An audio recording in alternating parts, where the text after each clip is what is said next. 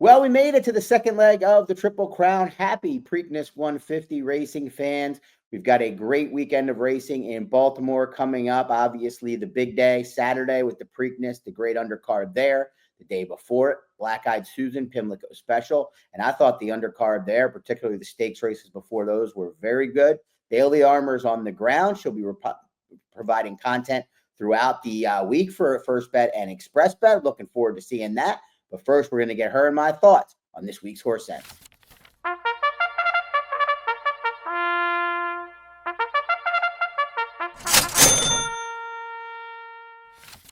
Welcome back to another edition of Horse Sense. As always, I'm Bailey Armour, joined alongside my twin here, Scott Shapiro, in our matching black shirts as we handicap this year's 150th Preakness Stakes for Xpressbet and FirstBet. And wow, what a week it's setting up to be. I'm on site in Baltimore, like Scott mentioned, in our cold open there, filming this morning before I head over to Pimlico. And the weather has been truly abysmal on the drive up here to Baltimore from Lexington, Kentucky. If you followed along on Twitter, kudos to you. Mostly just food photos at this point. So definitely a lot more of those where Look that's good. coming from. Oh, it's so good. I had pierogies for the first time. Yeah, Columbus Mart or something, right? Yeah, North Market in Columbus. If y'all have never been, you absolutely have to go. And I'm already like trying to scrounge up some more pierogies while I'm here in Baltimore. So if you know any good spots for pierogies or food while I'm in Baltimore. Is that hard to come by?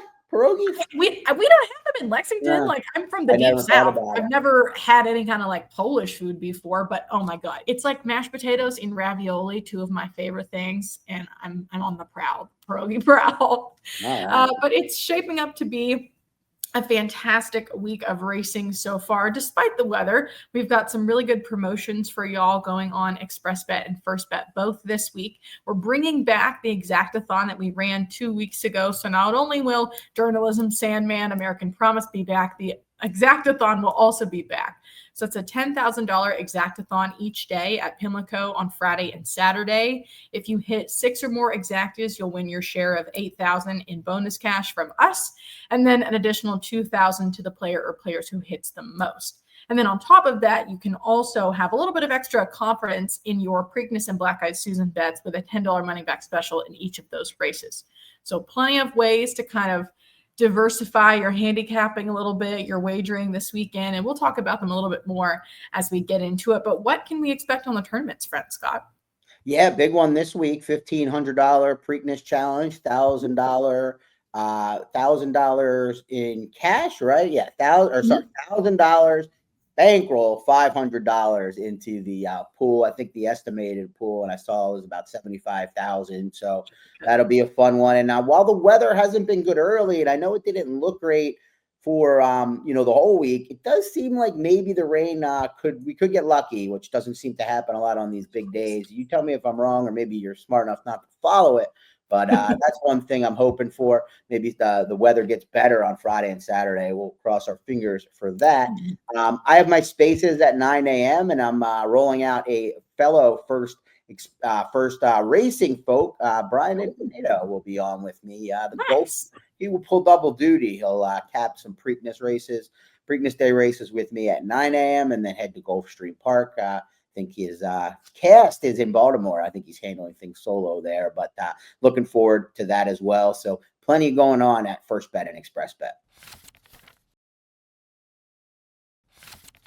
Well, Bailey, you made the voyage. You've been to Baltimore, not 24 hours yet, but boots on the ground. Looking forward to all of that. I'm excited here, a couple hours north where it's raining in the Jersey area, but the Preakness Stakes is here. It's 150. It was kind of interesting to see how the field shook out, as it usually is as the Derby ends and we start thinking Preakness. But we got Journalism, who was the favorite in the Derby and the runner-up. We've got Sandman, kind of the big name horse, second choice in the Derby, and then American Promise, who was got into a little bit of traffic out of the gate, to say the least, when Citizen Bull came over early, but was able to find a pocket trip in there, but was empty when the real running started. And then we've got some new shooters in here, is the term we like to use, but they're just horses that weren't in the Kentucky Derby is really what they mean. I don't know. I mean, Journalism, Bailey, going to be in the even money-ish 6 to 5, 4 to 5 range. I've heard mixed opinions on that. How do you see this year's Preakness? I know you are still patting yourself on the back from the sovereignty pick, and deservingly so. Hopefully your arm is recovered in time to punch your Preakness tickets.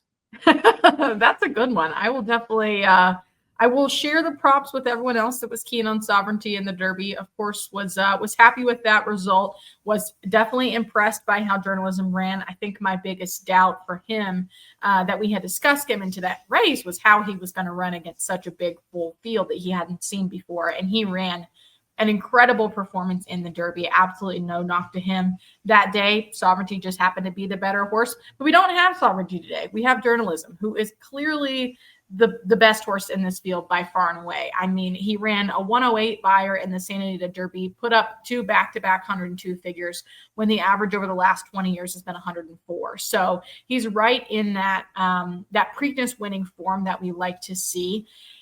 The caveat being, of course, we haven't seen a ton of Derby contenders come back to win the Preakness in recent history. But if we were going to see it outside of a Triple Crown year, I think this is absolutely the horse that could do it. The question is, what price are you going to get on Journalism, and how can we kind of structure our tickets and our bankroll to make sure that we're using him in an effective way? Which is why I'm so glad that you're here to kind of walk me and our viewers through it. How can I make the most amount of money possible with a horse that is going to be such a short price on Saturday? Yeah, it is interesting. I guess recently there hasn't been a lot of horses. Well, this isn't the Derby winner, but just in general that have come back to win. But I think it's been an odd set of years where it's been closers mainly. We've had some upset winners along the way. Back when favorites were winning the Preakness or logical type horses, we saw them go on to win the Derby. We saw them go on to win the Preakness more frequently. And I think Journalism, despite the fact that he didn't win the Derby, can be treated somewhat similarly, since he, the 2 horses that were basically there with him at the wire are not in this field. Right. I'm not, overly concerned about much with this horse, but, he hasn't necessarily moved forward if you're someone from a race shape, from a numbers perspective since that San Felipe. So coming back on 2 weeks, one could question whether he might regress. I think he has to regress kind of significantly, though, to not beat these. But to your point, if you're playing Journalism on top, which I am, I just think he's better than these. You've got important decisions to make. You might have spread a lot in the Derby. You're able to do that in a 20-horse field with a lot of different options to make, to play the Super, the Exacta, the Try, whatever it may be. Well, the things are different in the Preakness. Not only is it a shorter field, more realistic, not 20 horses, which 9 is very solid, but there's a prohibitive favorite in here. So if you don't like Journalism, your wagering options are a lot more wide open. You can, spread out and do a lot more things. But if you like Journalism, the key, Bailey, to me is finding horses that you like most underneath. It's really not enough unless you're going to pick Journalism, bet him to win, which, hey, if you think he should be, 3 to 5 in this race and he's even money, that's value. So let's not ever think that you can't, bet a horse to win. It doesn't matter if you're betting $20 or $2,000. If you think he should be 3 to 5 and he's even money, that's a potential way to bet him. But most of us aren't really looking to bet those types of, make those types of plays. So I think the key here is to take a stand for second, or if you choose third. So picking a horse, no matter who it is, and kind of living and dying with them. If you're going to play Exactas, just play a cold one. If you're going to play a trifecta or a Super, you want to key that second horse in addition to keying Journalism on top. Does that make sense? And if so, who might you be thinking about? If it doesn't, fire away a question. No, I think that absolutely makes sense. And I think that's a good way to put it. And sometimes can be a trap that I find myself falling into, especially if it's maybe not a lower value, but a shorter priced horse. I'm like, well, I don't want to just bet him to win. I'll try to get cute with some Exactas and Tries. And then I should have just bet them to win regardless and gotten a better price than what I thought was going off at. Or you hit the Exacta and barely make money because you used too many horses under, right? Because you spent too much, right? And you're trying to come up with some kind of, creative Exacta, and then it ends up being the one that you thought was maybe more logical, but you just get a little apprehensive, might be the word, and then end up spreading where you don't necessarily need to. Defensive, I'm feeling scared. Defensive, yes, exactly. That's the wrong thing, just so out there, not to interrupt you, but no, you're good. Please do. No, it's hard not to be afraid to lose. That's the normal mentality. You work for your money, you don't want to lose it, but if you got to just kind of set that aside when you're gambling, particularly in racing, because it's hard to just win every day a little bit. You're going to want to be right the days you're right and make a bunch, So being afraid to lose kind of keeps you from those big days in a way. Right now on Wednesday, I'm feeling very, very Frosty the Snowman cold about my journalism over Clever Again Exacta. After I get to the track this afternoon, I can see the surface and kind of really, who's going to like the mud more than anybody else. Because I do think it is going to be wet on Saturday. I mean, I saw videos from social media this morning. It's supposed to rain. I checked the weather before we got on. It's supposed to rain later tonight, tomorrow, Friday, and Saturday. So I know that the ground crew will do, an incredible job getting that track maintained, but there will be moisture on that surface. And I don't know if we're going to get a fast track, which does put me back to journalism and how well he did in the mud on Derby Day. So we're kind of up to Mother Nature's mercy at this point. So journalism, Clever Again. So if that's your opinion in this race, you really cannot play another horse in the. I mean, you can. You're allowed to. You're allowed to. Long term, it may be a profitable gambler or try to get better. Like just trying to do little things to give yourself more of a chance. It's hard enough to win. It's a very challenging game. Obviously, we love it. We love the big hits, but you want to kind of get a better here and there or all at once.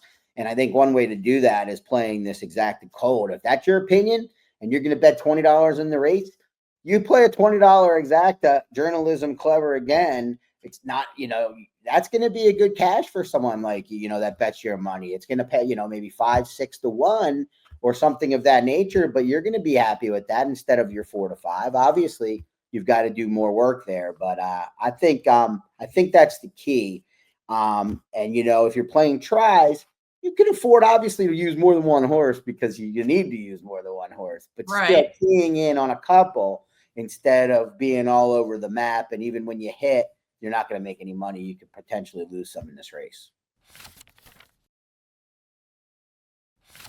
Well, Saturday is the biggest day, but Friday is no slouch, as they say. We've got a couple of big races, graded stakes as the headliners. The Pimlico Special, which came up pretty fun this year, and then the always the counterpart to the Preakness, the Grade 2 Black Eyed Susan. And you're gonna have a Black Eyed Susan while you're there. Absolutely, I'm gonna have a Black Eyed Susan while I'm there. I can't come to Pimlico and not. All right, have one for me. Wow, thunder in the back. Is that thunder? Yeah. Nice. Yeah. See, Mother Nature, she's listening to us. At least she watches our show. Yeah. She might have had a Black Eyed Susan before she woke up today, based on the weather here. But she might have. Yeah. All right. Well, let's talk about this one. I know we've got the money back offer on this as well as the Preakness, and we're going to play this kind of in the role of talk me off this horse. I think we're on different horses to an extent, not a real big disagreement overall. But the favorite in here on the morning line is Running and Gunning, coming off the distant third in the fantasy to Quiet Side and to Simply Joking, who didn't run great in the Kentucky Oaks, but both, would be significant favorites in here. The problem was Running and Gunning really was never a factor in that race, and kind of somebody had to run third. And then you have the Louisiana bred Margie's Intention, who also comes in off a loss, in fact, a pair of losses, and has never taken on open company. But she lost to a horse in Blue Fire both times, got wired out, and Blue Fire came back to run second in the 8 Bells. And then you have a Marth. You've got Reply as, some other options. Paris Lily for Brendan Walsh. Interested to hear where your handicapping took you in this one. Yeah, this one I landed on Margie's Intention, and I know that's similar to what Michelle, you said in our wager guide. So if you haven't checked out the Preakness and Black Eyed Susan wager guide, Jeremy Plunk, our editor-in-chief, along with some other folks on our team, spent a ton of time putting that together. They've been doing that for years now, and it is truly a veritable wealth of information. So we'll leave their picks for you to go check out there, and then just focus on ours today. But wanted to mention that before we dive into this race. I'm pretty keen on Margie's Intention. Like I mentioned, the weather here has been pretty crazy and is going to be wet through the rest of the week. This is a filly that broke her maiden by almost 12 lengths at Fairgrounds in January this year on a very sloppy track, similar to what we've seen at Churchill and then here at Pimlico coming up. The switch from Brendan Walsh's barn to Brad Cox is a 41% first start win percentage for Brad Cox first in his barn. And then she also gets Flavor and Pratt to ride. She's got pretty high buyer pars for this field, some of the best ones on paper. And for me, she just fully makes sense. It's just a matter of what price I can get at the windows. So I'm sure you can identify some downsides that I might not be seeing, but what have you got for me? Yeah, I think this is not a race where it would be all that difficult to poke holes in any of the contenders. Not a knock on the field. I think it's competitive. I think it'll be a fun race and some gambling opportunities. Particularly, I think Run and Gun in the morning line favorite is most vulnerable of the short price horses. But, it's kind of easy to poke some holes in Margie's intention. I'll give her a couple of accolades. I picked her for second, just getting it out there. She did lose 2 straight races to Louisiana breds, and really her only 2 wins are against state bred kind of lower level company. But like I mentioned, you had Blue Fire wire out the field in both of those races, and it really was the racetrack played towards Blue Fire as well in both of those cases. So this is a filly that might probably going to get a little bit of a better setup here with some speed. I think she'll probably find a nice mid-pack spot, as you mentioned, with Pratt taking the call, but she hasn't even won a stakes race against Louisiana breds. Right. She's probably going to be the favorite. That's where it starts to be like, well, I know the numbers are the same. I'm a numbers guy to an extent, but I'm a bigger believer, an equal believer in class. And, whether this is a field that's outclasses her, that remains to be seen. But the numbers, like you said, do fit. So as the probable favorite to me, or, not like she's going to be 4 to 5, that's where I have maybe some issues with it. But again, I picked her for second in my pick, I guess. You want to know who that is while we're at it? I would love to know. Please tell me.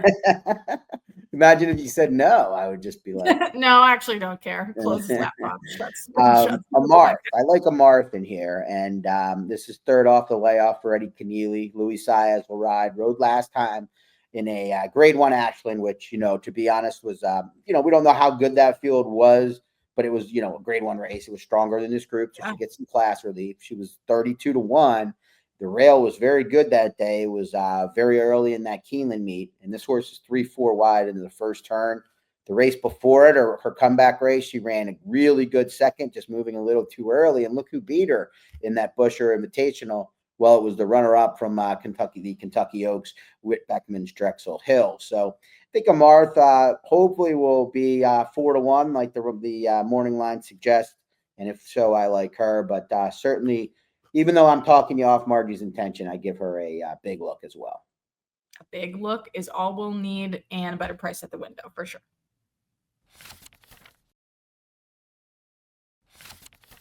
As always, thank you so much for watching another edition of Horse Sense. I'm Bailey Armour and was joined alongside with Scott Shapiro today as we covered all things Preakness and Black-Eyed Susan. Make sure you check out the wager guide presented by First for the Preakness and Black-Eyed Susan races. There is truly so much information in there. We could sit here for 20 minutes and talk through it. So I'll spare you the time and let you go check it out for yourself. Along with that, you'll find information about all of our promotions for Black-Eyed Susan and Preakness weekend.